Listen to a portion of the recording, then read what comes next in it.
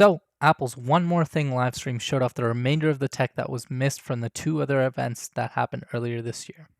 So far, we've seen the release of Apple's iPhone 12, iPad Air, and Apple Watch Series 6. But today marked the release of Apple's highly efficient, ultra-powerful 5nm processor, the Apple M1 chip. The M1 chip combines many of the components that have been spaced out on the motherboard into a single chip that boasts some important innovations. It includes an 8-core CPU with 4 high-performance cores for high-demand tasks like gaming or video editing, with Apple showing off some of the capabilities like editing multi-stream 4K videos. It also included 4 high-efficiency cores for lower-demand tasks like web browsing or streaming. Apple's also stressed the importance of having an 8-core integrated GPU in the M1 chip, showing off the ever-impressive graphical interface that we all enjoy on our Apple products. Now, it feels like Apple really dropped the ball when it came to comparing these new chips to competitors. Like this graph comparing the M1 chip to whatever the latest PC laptop chip is, and how it arbitrarily shows 2 times improvement without really labeling the axis.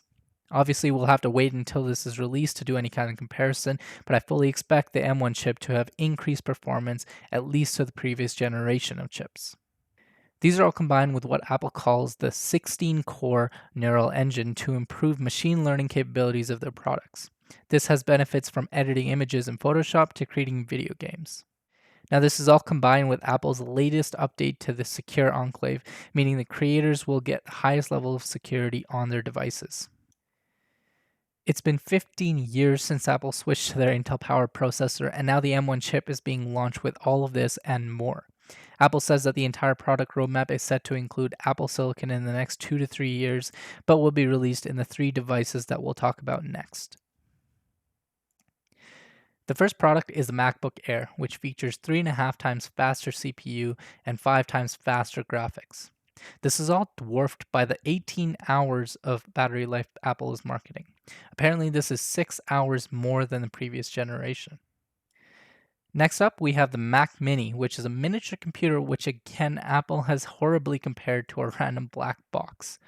This, I have to admit, is an interesting option because the cost of the Mac Mini is only $699. But when you think about the accessories you have to purchase, like an iMac or a keyboard and a mouse, the cost adds up quickly.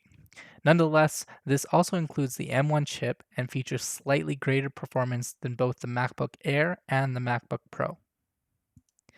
Lastly, we have the MacBook Pro, which lands a staggering 20 hours of battery life and the usual M1 chip upgrades. It does not, however, see any updates to the hardware itself, except that you can no longer get more than 2 Thunderbolt or USB-C ports on the model. In true Apple fashion, the hardware on these 3 products has remained much the same with a significant boost on the inside. With industry-leading technology and optimization of components inside the products, Apple is looking to dominate the next few years in the processor market for laptops. And that's about it. Another Apple event out of the way, and I think that's going to be the last one for this year. This is a huge week for tech, and I guess Apple didn't want to miss out on the fun. If you learned something new or just watched because you wanted a recap of the event, let me know in the comments down below. Thank you for watching, and I will see you in the next video.